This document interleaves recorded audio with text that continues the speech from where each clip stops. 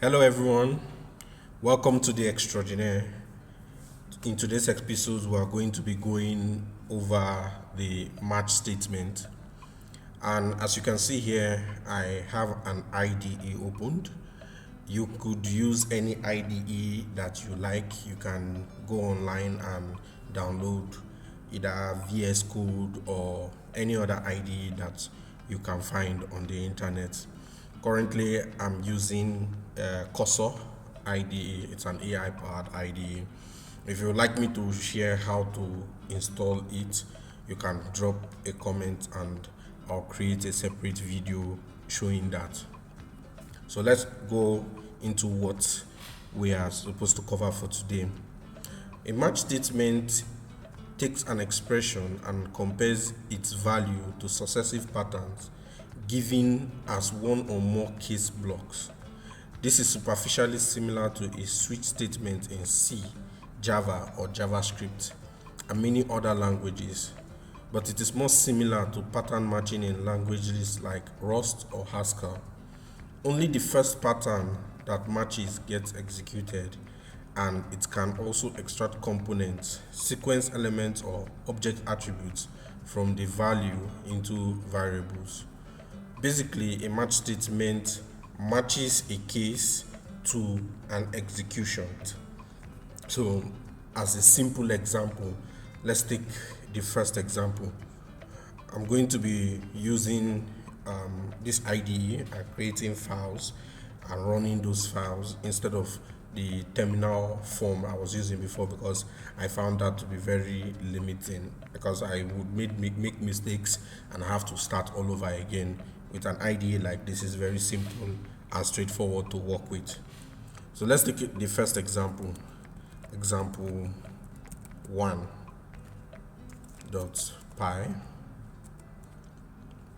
Here we define a function called HTTP error, and we set the parameter.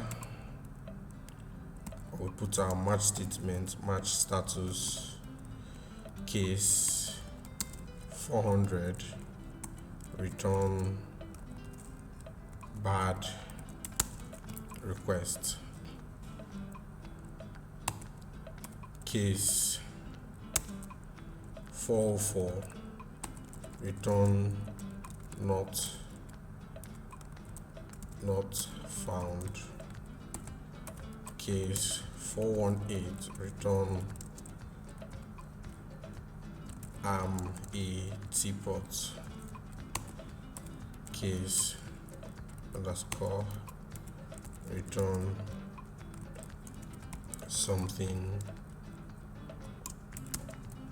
is wrong with the internet. Now let's print some of these cases. Print HTTP error 400, copy this, print it again, HTTP error 404, and print it again, HTTP error 418, and finally let's say HTTP error 5000. And save. Then I'll open my terminal here and run this. We'll do Python 3, and I will call this file example 1.py. As you can see, for the first one it says bad request, the second one says not found, third one says I'm a teapot, and finally something's wrong with the internet. Now this underscore serves like a default value. If any of these does not match, then the whatever we put under the underscore is what is wrong. And we are not limited to doing it one after the other like this. We could match multiple of these in one case using the OR operator. So let's take a look at that example. Let's say example 2.py. So we say define a function allowed not, and I'll put our status or match status. If the status is of case 401 or 403 or 404, then we return not allowed. Else, remember, underscore serves as the default case. We return allowed, and let's call the function print allowed or not, and we are going to pass in 401. Let's copy that and repeat. 403, 404, and then finally 200, and save. Now if we run this, say Python 3 example 2.py, we'll say not allowed, not allowed, not allowed for the first string, and then finally allowed, because we passed in a different value. We don't also have to restrict ourselves to strings or integers like we are doing here. We can use a tuple, which is going to be extracted and matched into patterns. So for example 3 .py, we define a function, say display point, then we'll put in an argument or a parameter. Then we have our match statement for that point, which would match that point. Hold on, this should be like this. So then we say, why is this complaining?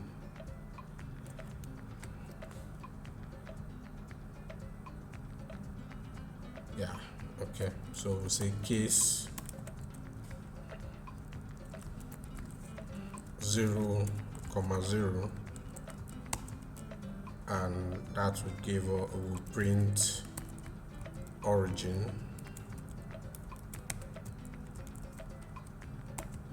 case 0, y will print f of y is equal to y. Case 0 x, 0 will print f of x is equal to x. Case x, y will print f of x is equal to x and y is equal to y.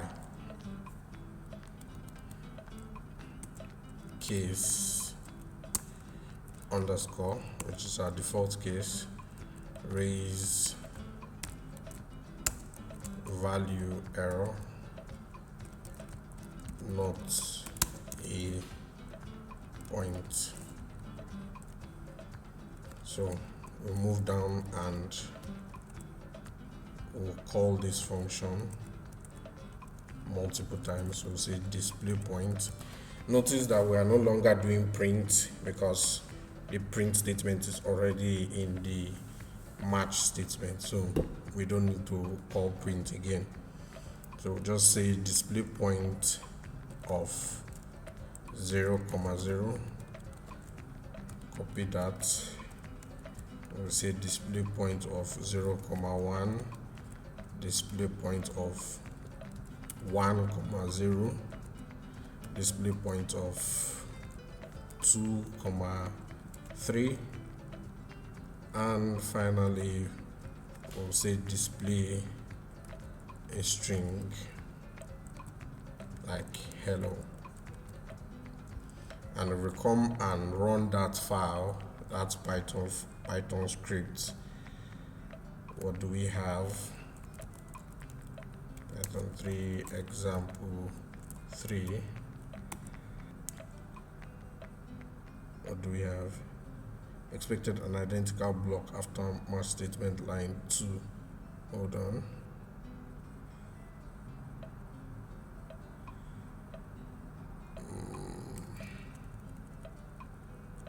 Since my indentation is off,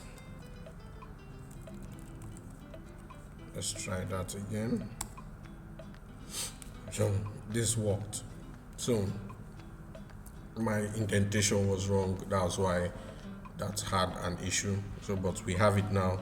The first instance, this print origin. Second instance prints y is equal to 1. The third instance prints x is equal to 1. Fourth, we have x is 2, y is 3. And then finally we have our value error, which says this is not a point. Okay.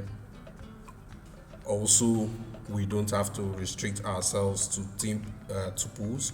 We can use a class as well. So for example, let's create a new file, say example 4.py, and then we define a class called point. Then we define our init function,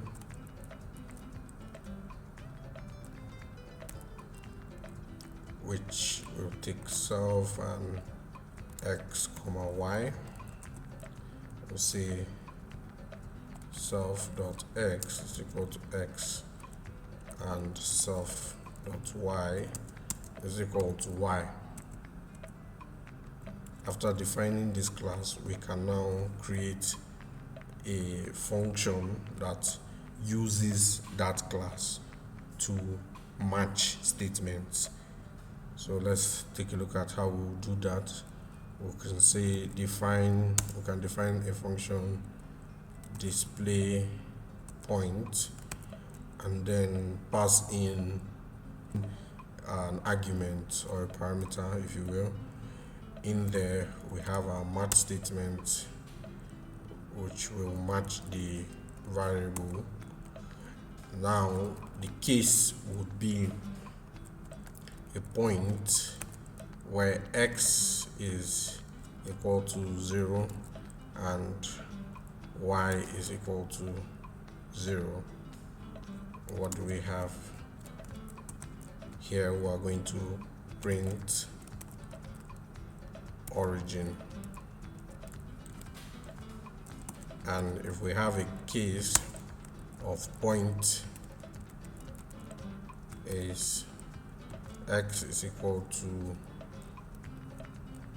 1 and y is equal to 0, we're going to print f of x is equal to x. Then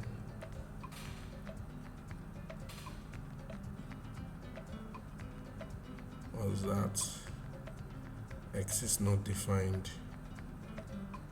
Hold on. Oh, sorry. X is equal to x. So then we have a case of point x is equal to 0 and y is equal to y. Then we print f y is equal to y, and then finally we have our case, our default case, where we print not a point. So now that we've defined the function, we can now call it and pass in the corresponding instance of the class. So we'll say 0.00, copy this, and then we'll do 0.10, we'll do 0.01, and we do something that is not a point. Maybe we'll say a string. Hello world. And if we save and print this example, which is example 4,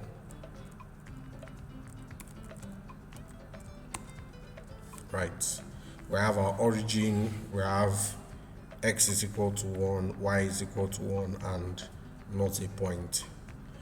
Now this may look or may seem very abstract, so let's use a more realistic example.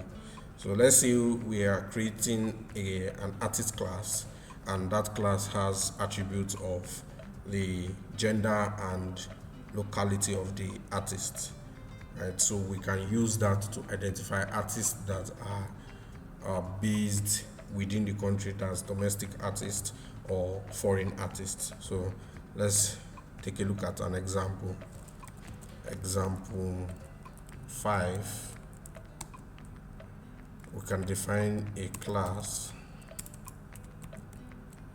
called artist,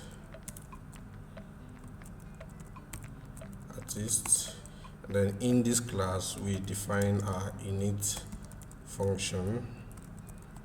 We have self, and we say gender and locality, and then in here we're going to say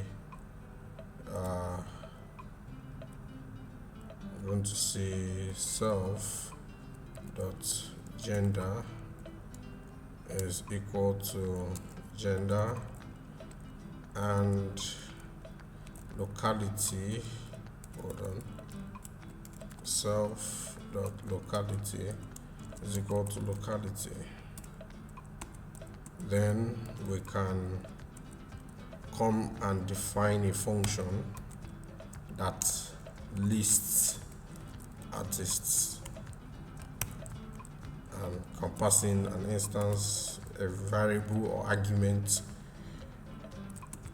We can match that argument as a case of an artist where their gender is male and their locality is domestic. Here we can print a list of Davido,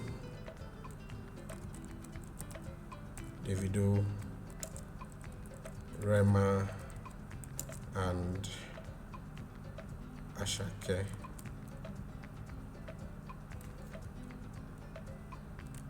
Done.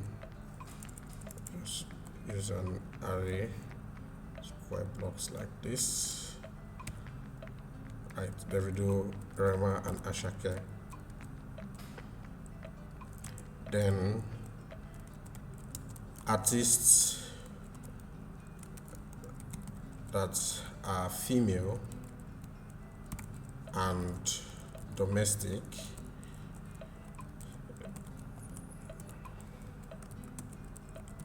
We print Tiwa Savage, Tenny, and Thames. We have artists that are male and their locality is foreign. We can print Ed Sheeran. We can print Jay-Z and Eminem. And finally, artists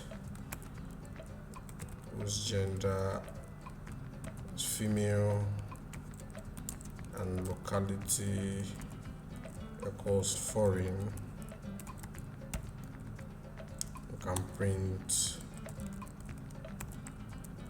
Beyonce, Lady Gaga, and Taylor Swift.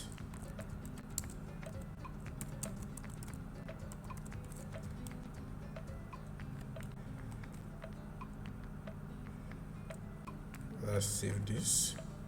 Now let's run it.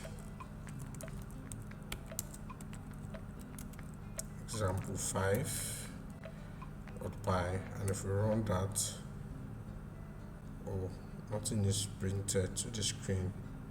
Hold on. Is it because of this? Let's do list instead. Oh no, that's not why. We wrote the function but we didn't call it, so let's go and call the function now. So we say list,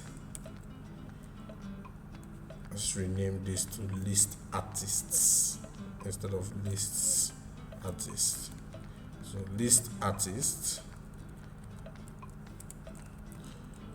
and we give male domestic, list artists, female domestic, list artists, male foreign, list artists, female foreign. Save, and we run it again. What do we have? This artist takes one positional at, but two we're given. Oh yes, we are passing them as strings instead of as an instance of a class. So we have to call the class here and put this parenthesis. Let's call our class and put a define instances of the class and pass in their attributes. So say artist, right, and save. Let's clear the screen. Right, so we print Davido, Rema, Asake, Tiwa Savage, Tenny Anthems, Ed Sheeran, Jay-Z and Eminem, and finally Beyonce, Lady Gaga and Taylor Swift. That's it for the match statement. It's a very powerful construct in Python. I believe as we continue to learn about Python, we are going to see more and more of the match statement. That's it for this episode. I hope to see you in the next one where we cover functions. If you will enjoy the content, please like and subscribe, share with your friends, and I'll see you in the next one. Bye.